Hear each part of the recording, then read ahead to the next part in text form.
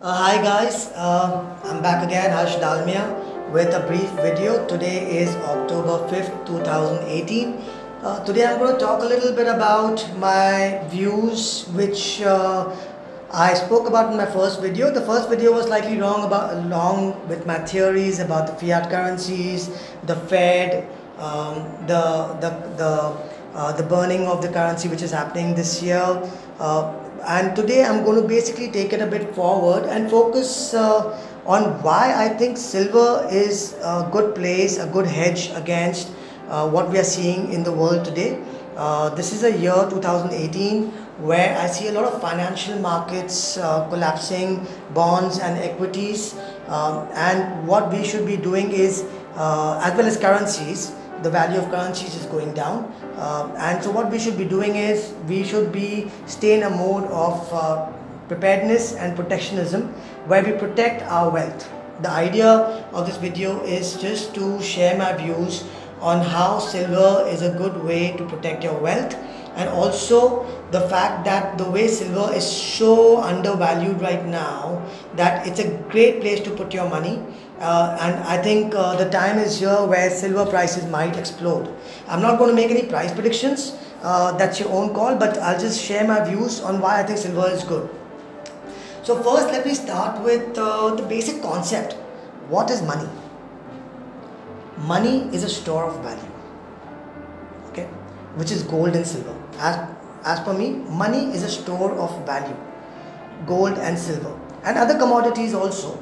Okay, so that's the value in that. So if you hold that commodity, how we had the barter system, you know, the commodities etc. had that value, and that value is money. Okay, what is currency? Currency is an exchange of that value that we use today. So the $100 bills and the 100 rupee bills and the 2000 rupee bills that you have in your wallet is currency. A little difference between money and currency. Okay. Now, why I say this is also because this is written in the US Constitution that only gold and silver is money. I'm just going to read Article 1 and Section 10 of the US Constitution. You can check it. It's there on the links posted below. It says, under Article 1, Section 10, the states are not permitted to coin money, comma, emit bills of credit or make anything but gold and silver coin or tender in payments of debts. I'll read this again. Gold and silver coin or tender in payment of debts. This is saying that only gold and silver is money. Currency is an exchange of the value of gold and silver. Okay, but I don't understand why there's a misconception in people's mind. They feel that government is protecting their money. No, government is protecting your currency. They're protecting your 1000 rupee bill. Oh, sorry, it's not there anymore. Your 2000 rupee bill. When you take that 2000 rupee bill and you go to the bank, they'll give you 2000 rupee back. But they are not protecting the value of that currency. What you can buy with that, they're not protecting that. So basically, this misconception has a lot of people believe that government is protecting the value of your currency. It's not. It's only protecting the currency, not the value of money. A lot changed in 1912 when Fed was created. So before that, as you can see in the background, the dollar bills had a line which said silver certificate. This is a silver certificate, which means that when you go to the bank with this bill which says silver certificate, they will give you some ounces of silver for it, right? But in 1912, this note is by the way from 1899. In 1912, this bill was changed and the sentence was removed of silver certificate, and they put the sentence, in God we trust. Okay, so literally like Bhagwan pe bharosa karo, you know, so literally they put in God we trust, right? So basically, like I said, the misconception that government is protecting the value of your money is incorrect. And to set as an example, I think Venezuela is one of the greatest examples that proves it, the misconception that we have. In 2013, Venezuela was announced as one of the best stock markets. It was an oil-rich country. Everybody was super loaded out there. Everyone had money. It was a very rich country. And in last 2 years, if I tell you that if in Venezuela you had worth 30 crore rupees in a Venezuelan bank in Venezuelan currency, today that 30 crore rupees would be worth only 150. It was kept in a currency form. 30 crores is just worth 150 rupees. Yes, you can take this 30 crores to the bank and they'll give you new notes of 30 crores, but it'll only buy you something that's worth 150 rupees today. This is only true if you kept it in the currency form of Venezuela. If you kept it in gold and silver, you would still have the value of 30 crores. Now that's the strength of precious metals, because that is money and not currency. Okay, so that's one reason that we have to keep in mind, guys, that we have to know the difference between money and currency. You are also seeing that all over the world the currency valuation is going down. So did you know that in 1941 $1 was 1 rupee, and here we are in 2018 starting $1 was 64 rupees, and in October we are 74 rupees, and we don't know where it's going, right? So while we might think that, oh, it doesn't matter because it's a rupee, I can go and buy tomatoes and stuff with the same thing, but eventually the value of your rupee is going down, because all the currencies are exchangeable to the dollar. Today US dollar is a reserve currency of the world. As I've spoken in my old video, in 1944 the Bretton Woods system was created where dollar became the reserve currency of the world. Okay, at that time this dollar was backed by gold, right? So it had value, and no one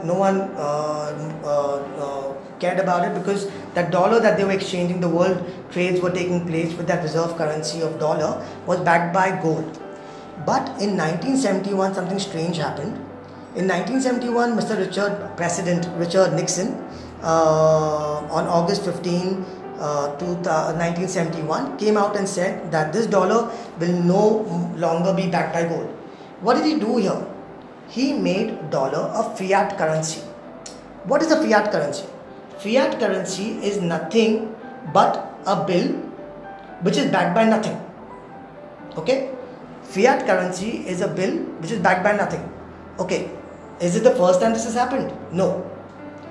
In last 324 years, there have been 775 fiat currencies, and the average life of a fiat currency has been 27 years. I'm putting this article in the link also, you can read it in detail. So this is documented that a fiat currency life is at average 27 years. Obviously dollar has done a fantastic job, because today we are in the 49th year of its existence, but it's obviously shaky, you know, and that's why you see that the currency is shaking up. I'll once again put in this picture of The Economist magazine taken in written in 1988, and you can see the currency burning. And you can see there's a coin in the middle which is gold. It can represent gold, it can represent Bitcoin, but the important point is the coin says 2018 and it says that the currencies are burning.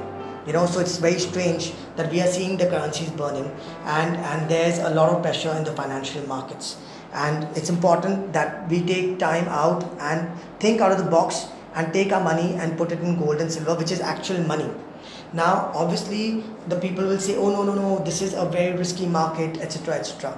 Yeah, it's a risky market if you buy high, you know, but silver is the only commodity, okay, or it's a commodity. It's actually should not be called commodity, it's a precious metal. Silver in 1979 was $16. In 2018 it's $14. Tell me one asset in the world which has not gone up in the last 40 years. Okay, I'll show you something very, very shocking now. If you go to this website, okay, you go to this website and you type in www.usdebtclock.org. Right, this is a government website, and on the left hand side you can see the national debt of it's live, and you can see the national debt of USA, which is at $21.6 trillion. You can also see that every taxpayer owes the government $177,000. I'm not sure if they're aware of this, but it's clearly written that every taxpayer in America owes the government $177,000 in debt. But that's not important for this video. If you go down in the precious metal space, when I click here, you see this. Okay, and first what you see is, if you go down and you see dollar to silver ratio in 1913. So dollar to silver ratio in 1913, and it says 2.64 per ounce. What does this mean? That basically it needs $2.64 to buy 1 ounce of silver. This is the value of silver. So dollar to silver ratio basically shows us the value of silver. So in 1913, the value of silver as per the dollar to silver ratio, as per this US government website, says it was at $2.64 per ounce. What is it now? I'll just go down a bit. Now this is a shocker, guys. As per the US government website, the value, hold your breath, the value of silver as per the dollar to silver ratio is a whooping $623 per ounce. This only means that this is the way the dollar has devalued. The dollar has devalued so much since 1913 that the value of silver as per dollar to silver ratio should be 623. Now please don't start making calls and say that, oh, Harsh is predicting the silver price to go from $14 to $623. No, I'm not making price predictions here. All I'm saying that as per the US data website, the value of silver per dollar is 623, but we are still at $14, right? So I think it'll explode. Will it go to 623? I don't know, maybe not, no idea, right? But it'll definitely explode. Okay, can it be 20, can it be 25, 30? Surely in the coming year, maybe more. Okay, but the real question is that when the US website is saying that the value of silver as per the dollar to silver ratio now should be $623, why the hell are we trading at $14 or $14.70 today? Why is that? That's because of COMEX. What is COMEX? COMEX is the commodity exchange platform in America, which determines the price of silver. Now this price is determined on this exchange, and it's manipulated because it's a paper market. Today the market cap of the whole physical silver market is only approximately $20 billion, give or take. That is 2% of the market cap of just one stock, Apple, on Nasdaq. Shocking, right? 2%, the whole silver physical market is just 2% of one stock on Nasdaq, right? And so who determines this price? Because it's a paper trade. The paper trade that happens on COMEX are basically the price makers. So the price makers are the COMEX, which is defined by two groups, commercial and the non-commercial. The commercial basically are your banking system players, which is basically your Goldman Sachs, Deutsche Bank, and the major player JP Morgan. And your non-commercials are basically your hedge funds, your managed money funds. There are approximately around 100 traders in the COMEX who determine the price based on the paper trades of long and short. So one side goes long, one side goes short. Commercial and non-commercials basically are on opposite side of the trade, and historically commercials have been short and non-commercials have been long. Okay, so that's been the historical scenario of the COMEX market. Like I said, COMEX market are the price makers, and the consumers, the miners are all the price takers, right? And do you know that per year the total mined silver is approximately 850 million ounces? All of it is consumed, okay, in your solar panels, computers, mobile phones, everything is consumed. Okay, so for the sake of calculation, let's call it 1 billion ounces of silver which is mined every year. Do you know how much trade happens on COMEX? Every day 1 billion ounces of paper silver trade silver is traded. So 300 billion ounces of silver on paper is traded on the COMEX market. So that's why these prices are manipulated and have been able to keep it so low. But now you'll ask me, okay, if it's been manipulated for 40 years, why can't it be manipulated for another 40 years? Okay, so that gets me to a very interesting point, what happened in 2008. So if you remember Bear Stearns and AIG, like both like humongous banking systems and insurance players, they went down. Now if you research a bit on your internet, you'll also find that the major reason they fell down because of their short position in silver. So they were heavily short in silver. So they went down because the prices could not be controlled to that $14, $15 space anymore, and they collapsed, and their short positions could not be just eliminated. So they were taken over by JP Morgan, and JP Morgan has done a fantastic job of keeping the prices low at this $14, $15 level for the last 10 years. Do you know that JP Morgan hasn't lost a single trade in COMEX for the last 10 years? Not a single trade in COMEX has been lost by JP Morgan in the last 10 years. Like I said, they're on the commercial side, right? But why I think that the silver prices is here to run, and you all must follow these 2-3 guys that I recommend. One is Mike Maloney, Ted Butler, Bix Wire. These are some of the guys who follow silver market very well. And if you look at the COT report, okay, I'll leave you with some food for thought right now. 3 things. Okay, 3 things. Number 1, let's look at this chart that I took out from 1979 to now. Where was Dow in 1979? Dow was at around 850 points. Where was Sensex in 1979? On April 1st, 1979, Sensex was at 100. Where was silver at 1979? $16. Now you see this chart, right? We are at the all-time low in after 40 years, right? And I feel this manipulation is coming to an end, and that's why this price will explode. Why? Because for the first time in last 18 years, the commercials are long. JP Morgan, Goldman Sachs, all these guys are long for the first time, right? Why is it? Number 2, do you know JP Morgan has bought, as per Ted Butler, around 750 million ounces of physical silver. Why have they done that? They bought physical silver of 750 million ounces. That's almost 1 year of production, which they're holding, getting insured, taking a risk. Okay, they've only bought it because something, they've not done it all this while, they've done it for the first time. Commercials are long for the first time. It's at an all-time low. Silver is only at $14. I'm buying it. Please research it, go for it, hedge your money, come out of the equity market, come out of the bond market. Please don't be like those Venezuelans who lost their 30 crores into 150 rupees.